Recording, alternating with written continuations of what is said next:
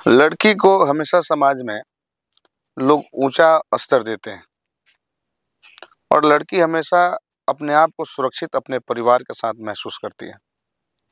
और उसी लड़की के साथ अगर 28 लोग शारीरिक संबंध बनाए, उसके साथ हर रोज एक नया व्यक्ति, और वो भी तब जब वो लड़की नाबालिग हो, और 28 लोग इस तरीके से उसके साथ शारीरिक संबंध बनाते हैं जैसे कि मानो ये कोई पुतला हो, और उसके साथ हर रोज एक नया व्यक्ति आता है, हर रोज एक नए होटल में जाती है।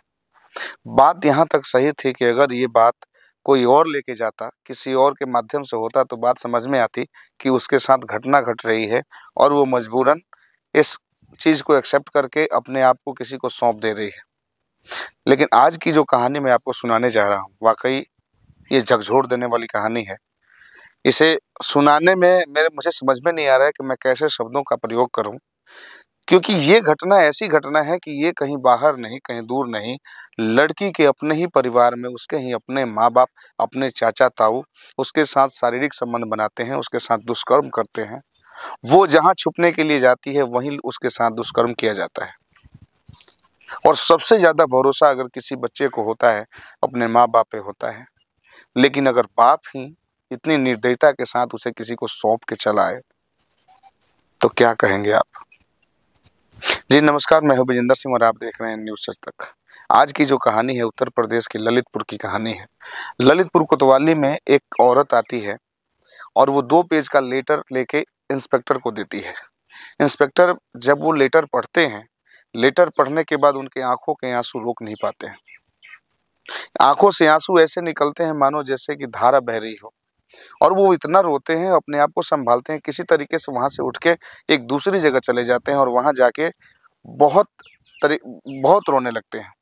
और खूब रोने के बाद वापस आते हैं। वापस आने के बाद एक माँ और बेटी वहाँ थाने कोतवाली में बैठी हुई है और वो अपने एसपी को फ़ोन करते हैं। एसपी भी जब ये बात सुनते हैं, तो वो भी बिना सोचे समझे, बिना देरी किए वहाँ से भागे कोतवाली चले आते हैं। जब एसपी आते हैं और लड़की से पूछते हैं कि बेटी बताओ तुम्हें क्या हुआ है और क्या हुआ है तुम्हारे साथ? लड़की जैसे इस शब्द को सुनती है वो रोने लगती है, क्योंकि बेटी शब्द इसको कांटे की तरह चुभने लगते हैं। क्योंकि इसके साथ जो भी घटना घटी थी, इसके परिवार के लोगों ने इसके साथ दुष्कर्म भी किया था और इसे दूसरे को भी सौंपा था। एसपी निखिल पाठक फिर भी उसको सांत्वना देते और कहते हैं कि तुम रो मत, तुम अपनी सारी बातें बताओ।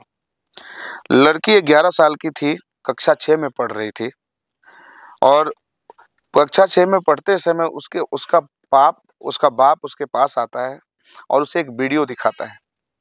वीडियो दिखाने के बाद कहता है कि इसे देखो। जब लड़की वीडियो देखती है और लड़की जब वीडियो देखने लगती है, तो उसका बाप कहता है कि तुम थोड़ी मोटी हो गई हो, तुम्हें अपने ऊपर ध्यान देना चाहिए।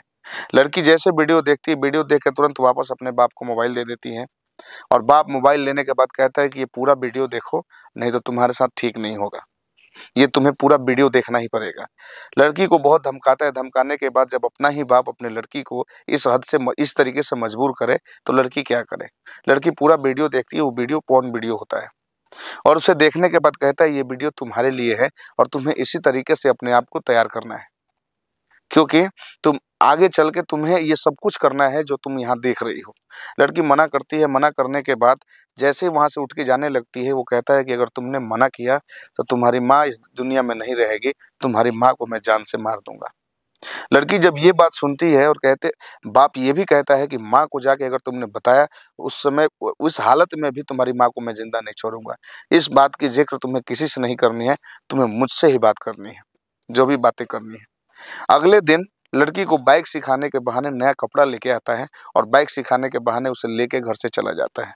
कुछ दूर खेतों में जाता है, और खेतों में जाने के बाद उसके साथ मुंह काला करता है, और वहां भी इस बात की धमकी देता है कि तुमने अगर इस मामले का जिक्र जाके घर पे किया तो तुम्हें भी मार दूंगा और तुम्हारी माँ को भी मार दूंगा। लड़की माँ से बहुत ज्यादा प्रेम कर रही होती है, इसलिए माँ को कुछ बताना मुनासिब नहीं समझती है, और ये दर्द, ये पीड़ा खुद ही सहने लगती है। इसके साथ आज जो शुरू हुआ था ये खेल, ये कब खत्म होगा, किस हद तक जाके कहाँ जाएगा ये मामला, लड़की को बिल्कुल भी अंदाजा नहीं था। ऐसे ही हर दिन उसके साथ इस तरीके से दुष्कर्म किया जाता था। कुछ दिन बाद पता चला कि जैसे लड़की धीरे-धीरे बढ़ने लगी थी, दिन आगे चलने लगे थे। एक दिन जब लड़की को घर स्कूल से वापस आना होता है, बाप ही जाता है, लेके आता है और उसे गोलगप्पे खिलाता है। गोलगप्पे में भी नशीली दवा देके उसको बेहोश कर दिया जाता है और जैसे लड़की को होश आता है तो वो पता चलता है वो किसी होटल में है और उसके साथ एक नया व्यक्ति दुष्कर्म कर रहा होता है, उसका बलात्कार करता है। लड़की जब होश में आती है तो उसके स्कूल के कपड़े, उसके बैग, उसका चप्पल सब कुछ इतर-बितर हुआ हुआ होता है। लड़की जब अपने बाप से पूछती है, पापा क्या हुआ मेरे साथ? तो वो कहता है तुम फटाफट सारे कपड़े-वपड़े पहन लो और इन सबको उठाओ और घर चलो। वहाँ कुछ नहीं बताता है, लड़की नशे की हालत में हो जाती है। ऐसे करते-करते लड़की 14 साल की हो जाती है और उसके साथ हर रोज़ एक नया होटल, हर रोज़ एक नया चेहरा। स्कूल से कभी वो घर आई ही नहीं। जब भी स्कूल से घर आती थी तो उसकी माँ नशे की हालत में मिलती थी। माँ की हालत को देख के लड़की मजबूर हो जाती है और मम्मी की दवाइयों के लिए बाप हमेशा उसको बताता रहता है कि इसकी ज़रूरत है तुम्हें और तुमने अगर इसको कुछ कहा तो ये मर जाएगी। लड़की अपने माँ से कुछ नहीं कह पाती है और चुपचाप इस सारे दर्द को सहने लगती है। ये वक़्त गुज़रते जाता है, ऐसे ही इसके साथ प्रताड़ित होती लड़की घर में भी कुछ नहीं पाती है और बाहर भी कुछ नहीं कह पाती है। एक दिन ये बात जब उसका भाई आता है और उसे बताती है, तो भाई भी उसके साथ मुँह काला करता है और उसे धमकी देता है मारने की। अब ये समझ नहीं पाती है कि बाप को भी बताया तो उसने भी मेरे साथ इस तरीके से किया, बाप ने ही ऐसा किया, मेरा भाई भी मेरे साथ नहीं है, तो मैं ये बात जाके ताऊ को बताऊँगी। ये बात जैसे वो जाके ताऊ को बताई, ताऊ भी उसके साथ वही किया जो बाप और भाई और बाकी के लोग करते थे। यहाँ से निकल के लड़की सोची कि मैं अपने दूसरे ताऊ को बताती हूँ। उसने 3 ताऊ को और 3 चाचा को और बताया उसने। तीनों चाचा ने इसके साथ भी वही किया जो बाकी सब लोग करते थे। अब इस बात के लिए वो समझ नहीं पाती थी कि मैं किससे जाके कहूँ और क्या करूँ? माँ ने काफ़ी बार कोशिश किया था। देखिए, दर्द लड़की के अंदर होता है, माँ-बाप कोई भी हो, माँ हमेशा अपने बच्चों के दर्द को समझती है।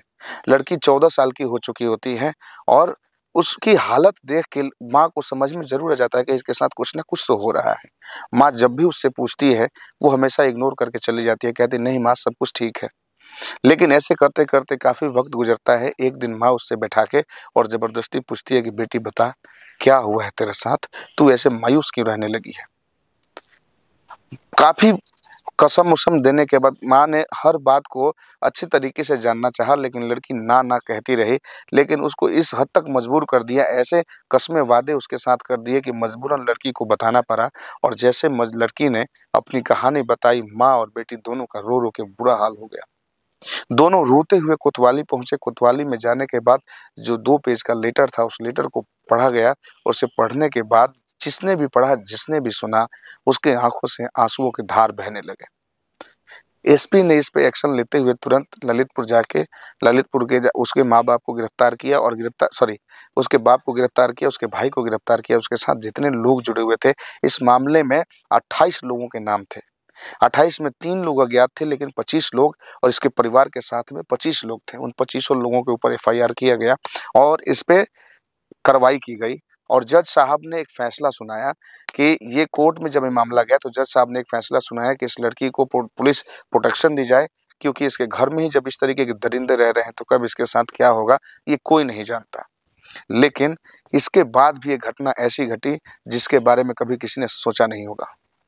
इसके बाद जो घटना घटी, इसकी छोटी बहन और इसका छोटा भाई उसी घर में रहते थे। माँ और बेटी को तो पुलिस ने प्रोटेक्शन दे दिया, लेकिन उन दोनों बच्चों को बाप ज़बरदस्ती अपने साथ लेके सोया और उसके साथ भी दुष्कर्म किया। जैसे ये बात सामने आई तो वाक़ई ये समझ में आ गया कि ये बाप नहीं, ये दरिंदा है और इसे तुरंत गिरफ्तार करके जेल लेके गया गया और जेल ले जाने के बाद इसके साथ इसका मेडिकल टेस्ट करवाया गया। लड़की और बच्चों का भी मेडिकल टेस्ट कराने के लिए कोर्ट ने आदेश दिया और हम वहाँ के डीजीपी भी इस मामले में आए और वो आगे बढ़ के इस पे कार्रवाई करने के लिए अपने पूरे हद तक, क्योंकि जितने लोग इसमें शामिल थे, कोई छोटे-मोटे लोग नहीं थे। सब बाहुबली और बहुत ही रसूखदार लोग थे, जो शहर के बड़े-बड़े लोग थे। जैसे ही ये नाम सामने आए, सबके पास नोटिस दी गई, सबके ऊपर कार्रवाई करने की बात संभावना दी गई लड़की को और इसमें गुहार लगाया गया यूपी के सीएम से भी कि वो भी आगे आएँ और इस मामले को अच्छे तरीके से गंभीरता से जाँच करें और जाँच करने के बाद इस रिश्ते को जिस तरीके से इन लोगों ने तार-तार किया है, इस रिश्ते को हमेशा की तरह हमेशा माँ-बाप के रिश्ते को, मर्यादा को बनाए रखने के लिए एक ऐसे नियम और एक ऐसे कानून की व्यवस्था की जाए, जिसमें कोई भी ऐसा दरिंदा दूसरा पैदा ना हो, इस पे सख्त कार्रवाई ज़रूर हो। इसके बाद इस कहानी को सुनाने का मकसद सिर्फ़ इतना ही है कि कोई भी माँ-बाप हो या कोई भी हो, परिवार में कोई भी शख्स अगर आपके साथ रह रहा है, कब कौन किस घटना को अंजाम देगा ये कोई नहीं जानता। इसलिए घर में रहने वाले जितने भी लोग हैं, सब लोग सुरक्षित रहें और अलर्ट रहें। अपने बच्चों के साथ कब उसके साथ क्या हो रहा है, हर बात पे अच्छी तरीके से ध्यान दें कि आपका बच्चा कब और कहाँ जा रहा है।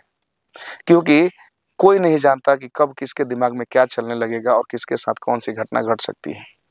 इस कहानी को सुनाने से किसी को हमें ठेस नहीं पहुँचाना, किसी के दिल को चोट नहीं पहुँचाना है, लेकिन अलर्ट करना है कि सतर्क रहें, सावधान रहें और सचेत रहें, ताकि ऐसे घटना को अंजाम देने से पहले लोग सलाखों के पीछे हों। धन्यवाद।